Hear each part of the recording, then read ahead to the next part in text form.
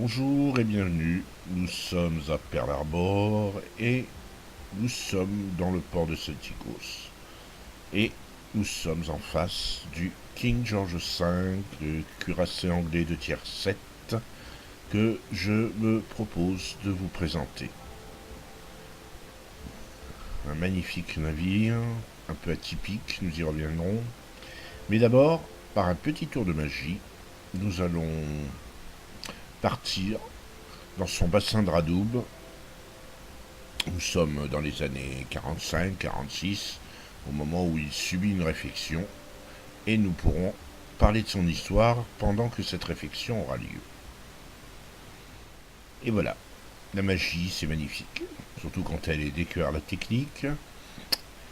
Donc nous voilà, imaginez que nous soyons à Newcastle, c'est pas tout à fait vrai, à cause du soleil, je suppose, de la montagne là-bas, mais on est à Newcastle, il subit sa réflexion qui va lui permettre de s'améliorer encore un petit peu, et nous allons commencer à parler de son histoire. Alors le King George V, le HMS King George V, numéro de fanion 41. C'était le navire principal d'une classe et d'une série de 5 navires, de la classe King George V d'ailleurs. Ces 5 navires britanniques étaient donc le King George V, le Prince of Wales, le Duke of York, le Anson et le Howe. Alors, il tient son nom naturellement du roi anglais George V, né George Frederick Ernest Albert le 3 juin 1865 et mort le 20 janvier 1936, qui fut roi d'Angleterre et empereur des Indes de 1910 à sa mort. Le navire fut mis sur pied en 1937. Comprenez que sa cale fut posée en 1937 et il sera mis en service 3 ans plus tard en 1940. Le King George V opéra essentiellement durant la Seconde Guerre mondiale, bien sûr, mais il a la particularité d'avoir opéré dans les 3 principaux théâtres de la guerre, c'est-à-dire l'Atlantique, la Méditerranée et le Pacifique. Il faisait partie de la Home Fleet britannique et il sera aussi forcément partie de la flotte du Pacifique. En 1941, avec le Rodney, le George V sera impliqué dans la poursuite et la destruction du Bismarck. C'est un de ses plus gros faits de guerre. Ensuite, en 1942, alors là, par contre, il sera impliqué dans la destruction d'un autre navire, le HMS Punjabi, qui est un destroyer anglais, et il va le percuter en plein brouillard. Le pauvre HMS Punjabi ne s'en remettra pas, mais King George sera passablement abîmé. Il sera également de la partie à l'opération Husky. Je rappelle que l'opération Husky était le débarquement des Alliés en Sicile. Et il va bombarder d'ailleurs l'île Levanzo et le port de Trapani. Il va également escorter une partie de la flotte italienne qui avait été saisie, dont les cuirassés Andrea Doria et Caio Giulio à Malte. En 1945, il prendra part à des opérations contre les Japonais dans le Pacifique. Et après la guerre, son action avait suffisamment été reconnue pour que les Américains lui demandent d'être présent dans le port de Tokyo, aux côtés du Missouri, lorsqu'il s'agira d'assister à la cérémonie de reddition du Japon. Alors, si nous reprenons un tout petit peu plus en technique, le King George a été construit par les chantiers Vickers Armstrong à Walker Naval Yard, près de Newcastle. Comme je l'ai dit, la quille a été posée le 1er janvier 1937 et il sera lancé en février 1939, mis en service plus d'1 an plus tard, le 11 décembre 1940. Il avait une longueur totale de 227 mètres. Bon, les ailes, il est assez long, on voit bien. Donc, une longueur totale de 127 mètres, tirant d'eau de 9,90 m. Il déplaçait au début de sa carrière, il déplaçait 38 000 tonnes à charge normale et 42 000 tonnes à pleine charge. Et en 1944, après sa révision, nous sommes dans son bassin. Quand il va sortir ce bassin, il déplacera 39 100 tonnes à pleine charge. Non, à charge normale, pardon, et 44 460 tonnes à pleine charge. Anecdote, il pouvait transporter en même temps 3 918 tonnes de mazout, 192 tonnes de gasoil, 256 tonnes d'eau de réserve et 444 tonnes d'eau douce. Selon la consommation de carburant, la distance qu'il pouvait parcourir allait de 7000 km à 25 nœuds à 18 900 km à 28 km/h, soit 15 nœuds. Mais toutefois, dans la pratique, la consommation de carburant était beaucoup plus élevée, et à 16 nœuds, soit 30 km/h, l'autonomie réelle était environ 11 700 km, avec une réserve à peine de 5%. C'est pas énorme. Il a été construit dans les limites strictes du traité de Washington, qui permettait à l'Angleterre d'avoir un navire de 35 000 tonnes.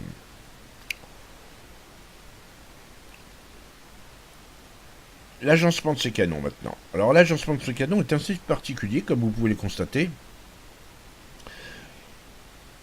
Ce sont des canons 356 et il faut quand même en parler. Il est judicieux de ne jamais oublier qu'on n'a pas vraiment 3 tourelles, mais 2 tourelles et demie.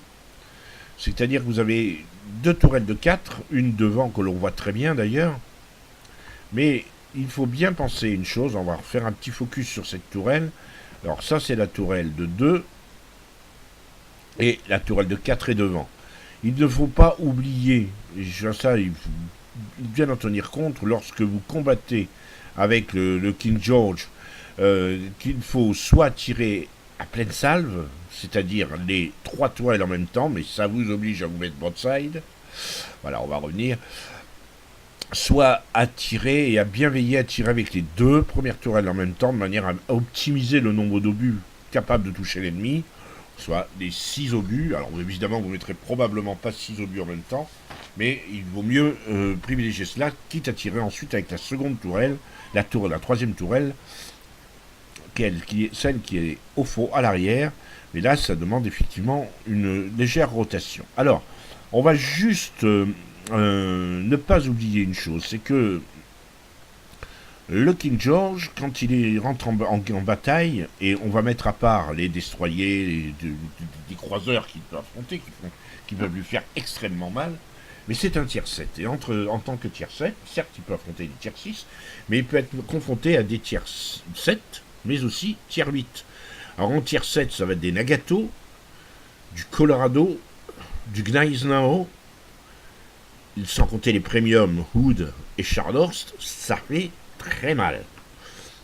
Pour moi, le King George, il est loin, très très loin, et je parle pas du Nelson en plus, est loin, très très loin de rivaliser en termes de puissance et en termes de résistance en termes de blindage au navire que je viens de citer.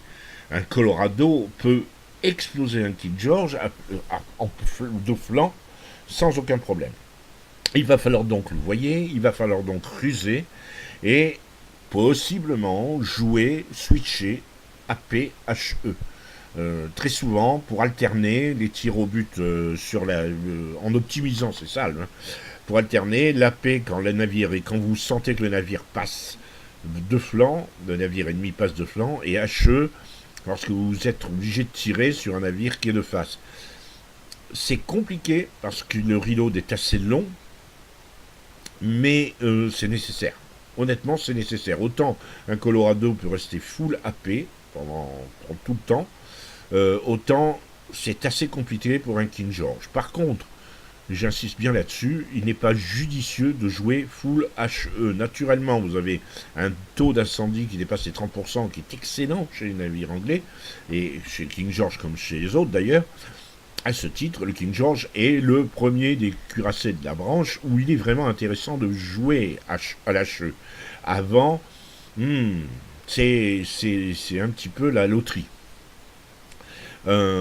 Par contre, et vous le verrez d'ailleurs dans le gameplay, un King George quasiment full AP peut faire d'excellentes choses. Pour peu qu'il navigue correctement, qu'il louvoie correctement, et il y a moyen de faire quelque chose. Alors, son principal fait d'armes dans les guerres, c'est deux, trois principaux faits d'armes. On a parlé de de l'opération Husky, mais c'est bien sûr la chasse au Bismarck. C'est là qu'il va réellement se faire connaître. Et une toute petite, on va faire juste une toute petite, tout petit rappel.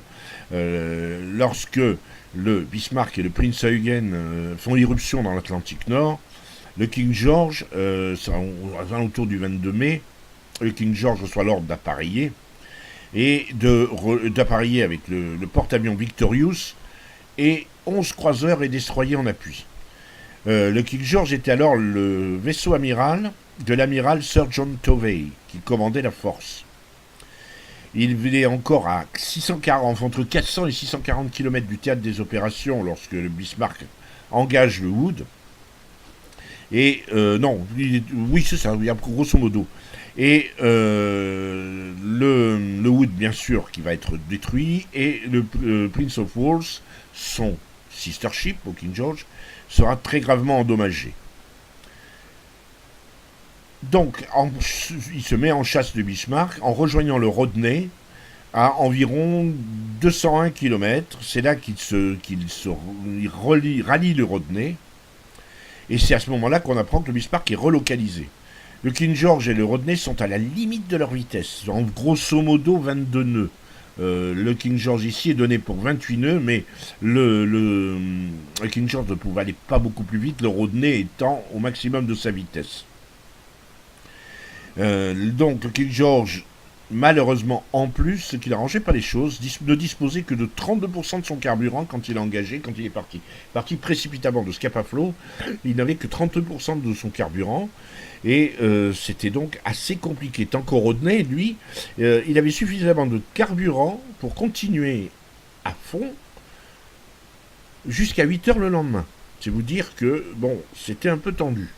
Ils ont engagé finalement le Bismarck, et le Bismarck ne s'y trompe pas, c'est sur le King George qui va concentrer son feu, sans parvenir vraiment à lui faire beaucoup de dégâts. Par contre, un obus du Bismarck va légèrement endommager, c'est la seule fois d'ailleurs qu'il le touchera, va légèrement l'endommager. Par contre, le King George, lui, va lui mettre un obus dans la tourelle Anton et va neutraliser cette tourelle Anton.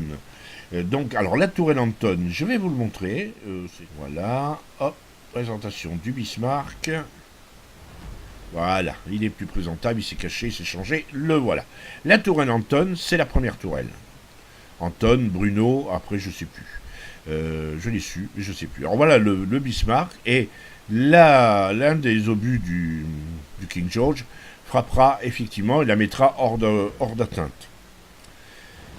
Donc le Bismarck détruit, et avec la disparition du Hood, le King George bénéficie d'un nouvel aura, un véritable nouvel aura qui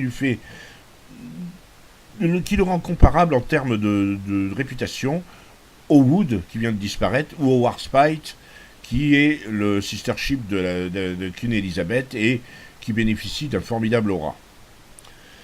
Il sera donc dans toutes les opérations, comme je vous l'ai dit, en Méditerranée et au Pacifique. Et il est donc naturel qu'il soit de cérémonies au Japon. Ça, on l'a dit aussi. Donc voilà, nous avons fait le tour de l'histoire du King George. J'ai pas voulu être trop long pour ne pas non plus abuser de votre bienveillance. Nous allons partir en bataille. Et c'est une bataille un petit peu particulière parce qu'elle se passe en 2 temps. J'aurai le temps de tout vous expliquer au fur et à mesure. Néanmoins, je l'aime beaucoup cette bataille parce qu'elle montre vraiment les capacités du King George un petit peu dans tous les domaines. Et ce fut une bataille qui a été menée sans grande... je n'avais pas beaucoup d'espoir au moment où elle a commencé. Mais bon, ça s'est bien passé. C'était assez sympathique. A tout de suite en bataille.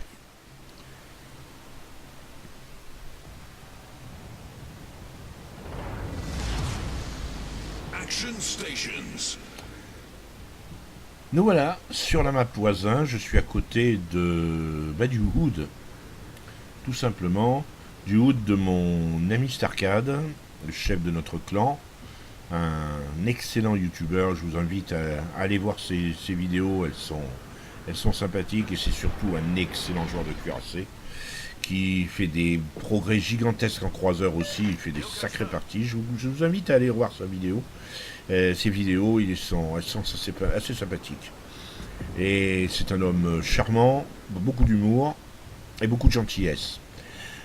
Bon, c'est fini la flagornerie, on passe au jeu. Alors on a en face de nous du Graf Spee, on a de la Katsuki, du Shinonome, on a aussi un Pensacola qui ne fait pas plus peur que ça, mais enfin Pensacola s'il est bien joué. Et on a face à nous du Wood, du Charnors, du Queen Elizabeth et du King George. Je redoute le Queen Elizabeth autant que le King George pour une simple raison. Pas pour ses dégâts à la paix, mais parce que cette fichue manie que les gens ont de jouer des Anglais à tout tiers en HE finit par être fatigante. D'ailleurs, ils ont fini par contaminer les autres joueurs de cuirassé qui jouent tous leurs cuirassés généralement en HE. Il n'est pas rare de croiser un Colorado, un Congo ou ce que vous voulez en HE. Et ça, c'est très agaçant. D'abord parce que sur un malentendu, ils peuvent vous mettre un incendie pas prévu. Mais ils font pas forcément beaucoup plus de dégâts. C'est juste agaçant pour moi. Parce que pour eux, ça ne leur apporte rien de plus. Un Kongu qui joue à la HE, ça n'est absolument pas efficace. Donc on est sur la map voisin, comme je vous l'ai dit. Je laisse pour l'instant, je ne change pas et je vous laisse simplement regarder tel que tel que je joue la partie pour vous montrer comment j'essaye d'évaluer la distance, j'essaye de chercher une cible. Il va pas se passer grand chose pendant cette première partie de game où c'est surtout Starcat qui va s'en donner à cœur joie. Il est un petit peu mieux placé que moi et puis il a un peu plus confiance dans ses capacités de tir en cuirassé. Moi je suis plus mal à l'aise en cuirassé. Ça bouge pas assez vite à mon goût. Bon là quand même, kaboom, une salve à 18 000 de flanc sur un Wood. Et au même moment, Starcade lui remet 7 000 ou 8 000 dans la vue. Donc il a perdu 26 000 de... Vous voyez, il passe à 53% pratiquement. Et là, il continue de descendre à 42, 40.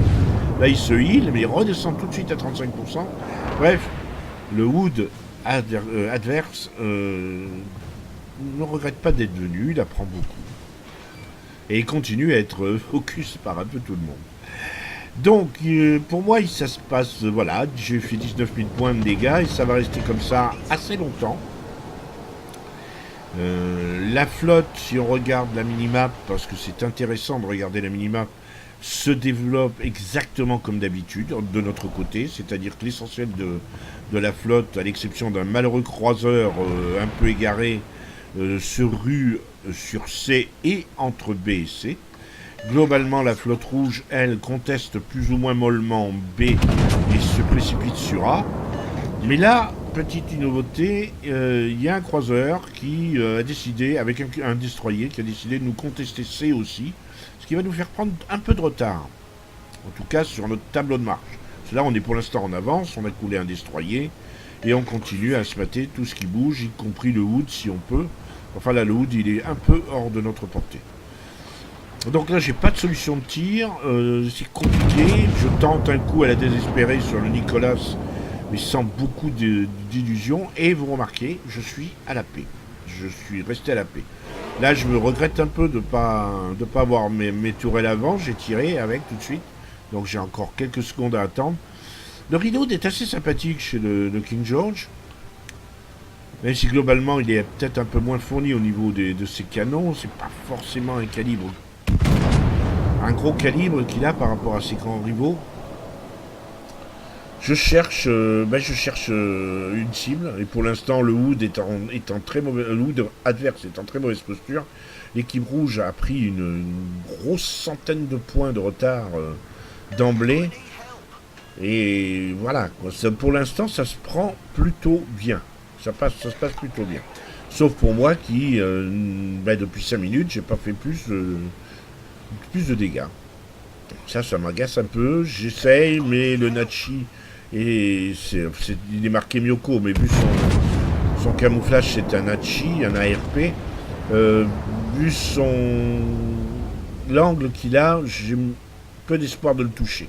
Sarkad, lui, par contre, lui met une jolie petite chouquette. Moi, je l'ai loupé.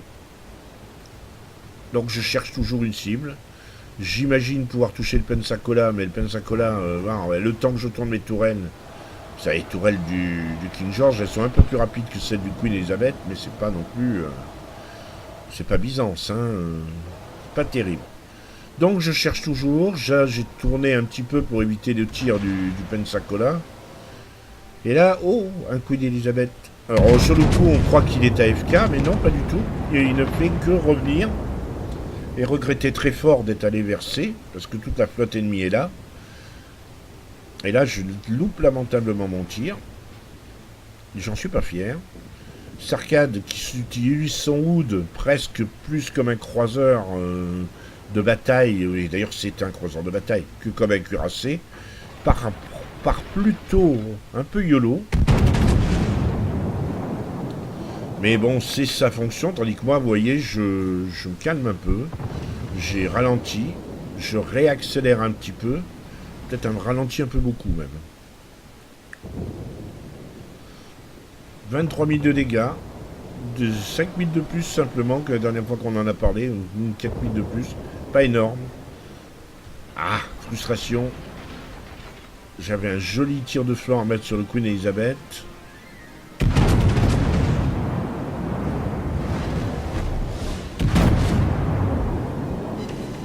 Ah bon, 4000. Et re 3000, ma foi, en deux salles. Et vous voyez, c'est de la paix. Hein.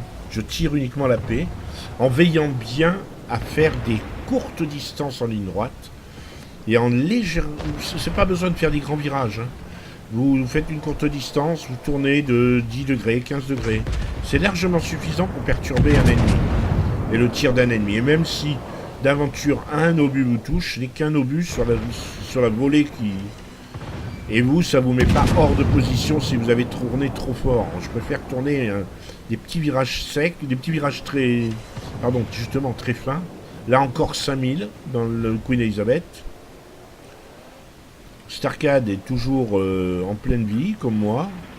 On est sur le Queen Elizabeth de mémoire, il me semble. Tous les deux.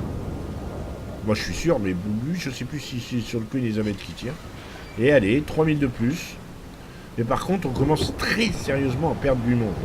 Ils n'ont toujours pas perdu un seul navire, à part leur destroyer du début, la Katsuki. Mais nous, on en est quand même à 4 pertes. Bon, là, c'est le premier coup, et c'est un coup sévère que je prends. Probablement le Hood, et puis il doit y avoir un autre cuirassé. Peut-être le Queen Elizabeth qui m'a fait mal. Bon, mais moi, je continue, héroïquement. Et puis je passe sur le Wood, parce qu'un Wood de flanc, bah, ça se fait. Alors lui, il n'est pratiquement pas doué. Mais là, sur ce coup-là, il joue bien le coup. Il freine d'un coup, et ma salve passe complètement à côté, devant. Bon, c'est complètement loupé. Là, le Queen me fait très mal. Et lui, il joue à la paix, hein, vous remarquerez. Là, je faisais un gros plaidoyer pour que les Anglais jouent souvent à la paix, mais lui, il n'y a pas lieu de critiquer. Là, je tente un tir et oui, mais voilà, c'est le cyclone. Et le cyclone réduit la vitesse à 10 km. Et le Wood est plus rapide que moi, donc je ne le rattraperai pas. Starcade, lui, a encore un petit peu de vision, mais il va très vite aussi perdre de vue sa cible. Et on commence le moment où les choses vont devenir un peu folles. On a vaguement arrêté l'hémorragie, mais on a perdu le cap B. Et si vous regardez la minimap, on a tout simplement un destroyer qui a contourné, qui est en train de la jouer à l'envers à la toute autre flotte. Alors on a 3 croiseurs au fond, complètement au fond, totalement inutiles. Il nous manque leur canon, quoi. 3 croiseurs, c'est entre 9 et 10 tourelles, hein. 10 tourelles doubles la plupart du temps, ça fait beaucoup de canons quand même. Donc là, j'essaye je m'efforce de me remettre en ligne de bataille avec le chef, parce que c'est comme ça qu'on est très efficace, lui et moi. Généralement, quand on est en ligne de bataille, on peut faire très mal. Le Wood se précipite un tout petit peu. Et moi, j'essaye de l'aider. Le Graf Spee, alors là, évidemment, Graf Spee, ça veut dire c'est vrai que les tourelles, c'est 2 tourelles triples, mais c'est vrai aussi que c'est des slots de torpilles et qui font mal. Là, malheureusement, j'ai complètement foiré ma sable. J'en suis à 53 000 de dégâts, ce qui est moyen. Mais bon, voilà. Alors, Starcad, vous le voyez tourner brusquement vers moi, parce qu'il sait qu'il va y avoir des torpilles. Et voilà. Et s'il les évite, c'est moi qui les prends. Donc, pas question d'accepter ça. J'accepte pas. Donc, kaboum. Voilà. Citadelle sur le Grave Spé. Globalement, ça va le calmer. C'est vrai qu'il va faire un demi-tour un peu sec, mais les torpilles sont parties.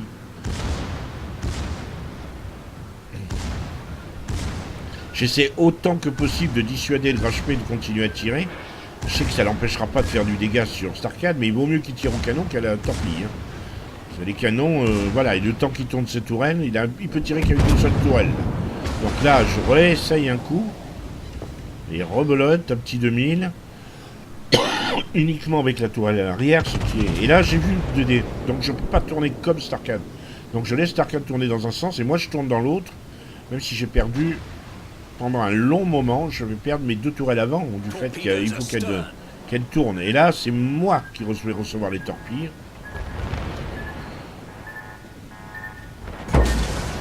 Une et 2. Voilà, là j'ai perdu beaucoup. J'ai pris une grosse inondation. Et là, ça m'a fâché un petit peu après le HP. Donc, je vais franchement... J'attends que mes tourelles avant tournent. Voilà, maintenant le Grave Spé. Puis le bonjour du roi Georges. Ça, c'est fait. Au même moment, Starcad coule le wood. On fait un double kill, là, pratiquement à nous deux. Ce qui... Mais malheureusement, le Myoko coule à l'incendie Starcad. J'avais pas fait attention, mais il n'arrêtait pas de me dire ça y est, c'est fini pour moi. Du coup, le Myoko, enfin l'occasion, c'est lui, c'est l'ARP Nachi. Je suis avec le mode Asselin n'affiche pas. Et là, boum, une grosse, très grosse salve qui me fait monter à 107 000. Là, je crois pas que le Myoko s'attendait à ce coup-là.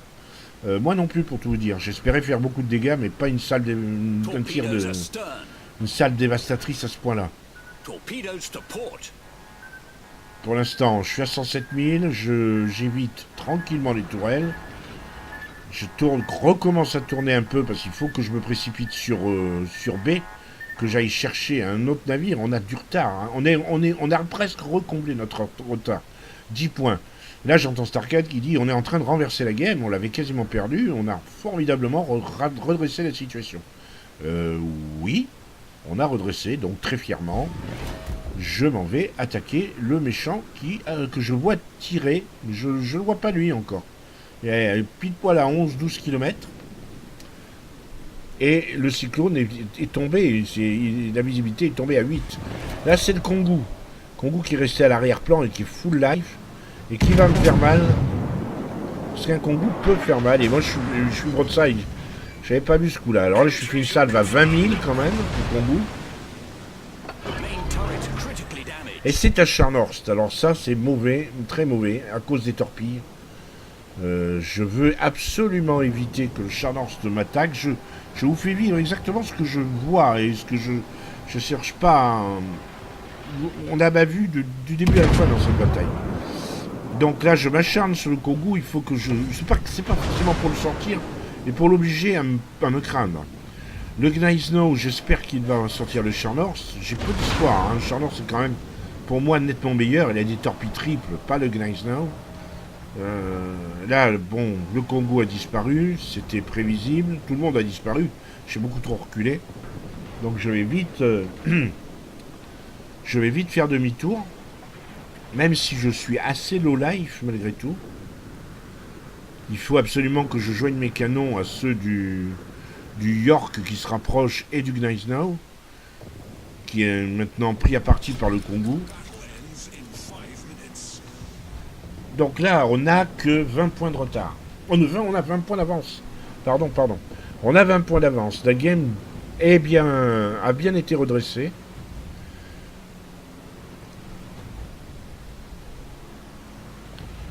Moi, j'ai 134 000 points de dégâts, ce qui est bien. Et bon, les gens nous disent, il faut caper, il faut caper. Oui, il faut caper, mais il y a des cuirassés sur le chemin. Et pas n'importe quel. Le Kongu, vous savez ce que je pense du Kongu. Si vous ne le savez pas, regardez une vidéo sur le Kongu. C'est un formidable navire quand il est bien navigué, il est bien mené. Donc là, moi, je rush le Char Nord. Il faut que je le trouve et il faut qu'on le sorte. Il faut qu'on s'assure la victoire parce que là, ils sont repassés devant avec leurs deux caps. Ils repassent devant. Et ils repasseront devant systématiquement. Et il reste plus que 3 minutes de jeu. Il faut sortir un nouveau navire. Et Restarcade fait ses comptes, il me l'explique, il me dit non, mais si tu sors pas le Chat Nord ou l'autre, hein, un autre, il n'y a pas de préférence forcément. Là, j'ai un peu failli ma salve, c'est dommage. C'est vrai qu'il s'est bien, il joue bien. Le Chat Nord se joue bien. Là, j'obtiens gros calibre. Il me fait un petit peu mal, mais pas trop. Ça se passe bien. Et là, il faut que je refasse une salve, voilà, bien, comme il faut. Voilà, soutien dans la foulée. Il faut que je sorte, mais Et là, il me dit, tu vas te bitcher. Ben oui, non, je ne me bitcherai pas. Négatif. Je freine, je suis debout sur les freins. Il faut que je tourne très vite, que je récupère toutes mes tourelles. Il faut sortir le Char Nord. Il reste 3 minutes. Et j'ai pas le temps de sortir, de faire mon tir. Et l'autre a formidablement bien tourné. Il présente son arrière, c'est-à-dire une cible assez petite. Et bon, il semble vouloir être plus coopératif. Là, j'arrive à tirer mes 3 tourelles, hein, mes 2 tourelles avant. Je le laisse très bas. Il a 5% de sa vie, c'est juste... et on a perdu, on n'a plus que 2 cuirassés. Ça va, pendant que j'attire le feu sur moi, il ne pense pas à tirer sur celui qui capte, tant mieux.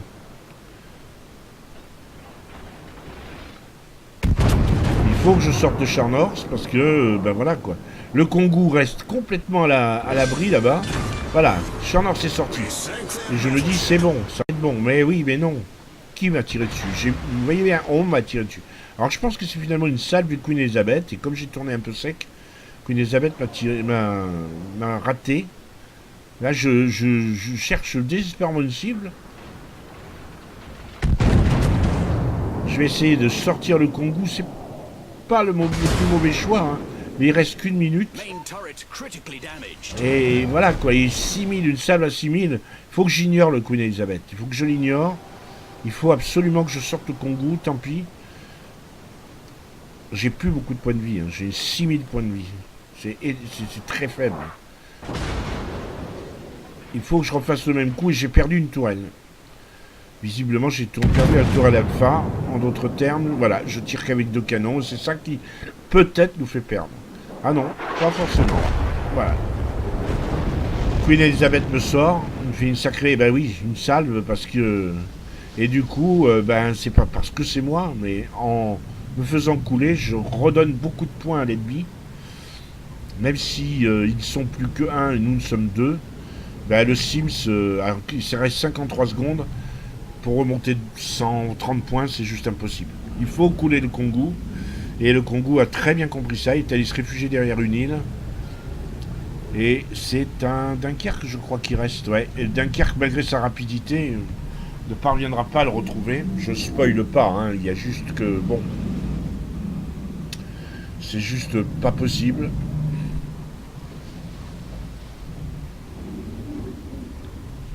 On félicite aux adversaires, malgré tout, parce qu'ils sont vaillamment battus.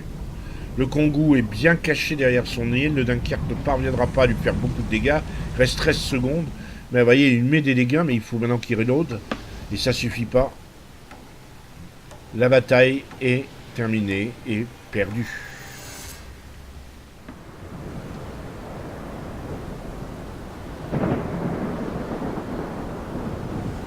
Et c'est sous une pluie battante. Pourtant, nous sommes dans le Pacifique, mais il pleut dans le Pacifique.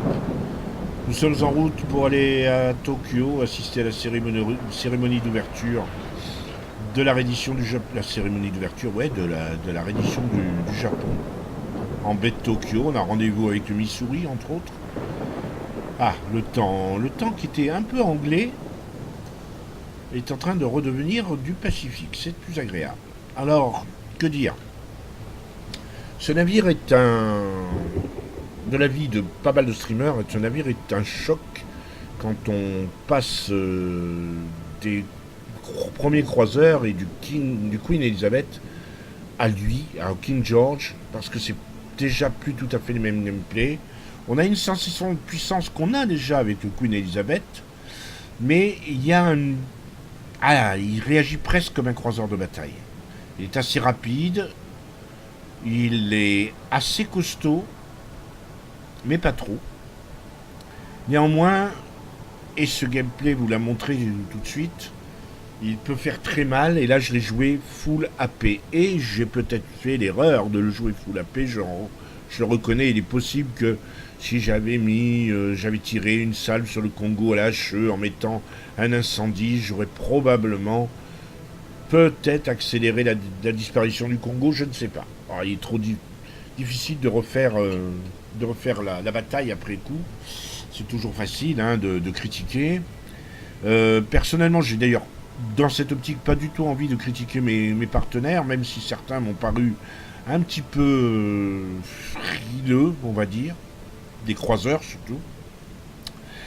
Pour en rester au King George, je pense que c'est un excellent navire. J'ai parfois du mal avec lui. Il n'est pas facile à apprivoiser, ne serait-ce qu'à cause de l'agencement de ses tourelles. Mais si vous tombez sur des ennemis complaisants qui vous montrent leur flanc agréablement, bon, pourquoi pas, quoi, je veux dire, c'est très plaisant, hein, des salves à la paix, vous l'avez vu, des salves à 18, 20 000, c'est possible, c'est tout à fait possible. Je vous laisse, je vous souhaite une bonne journée, j'espère que cette vidéo vous a intéressé, n'hésitez pas à liker, n'hésitez pas à commenter aussi, ça me ferait plaisir, avoir un petit peu vos avis sur tel ou tel point, ou peut-être sur l'envie de me voir présenter un autre navire. Et bien, je vais vous dire à très bientôt, si vous le voulez bien.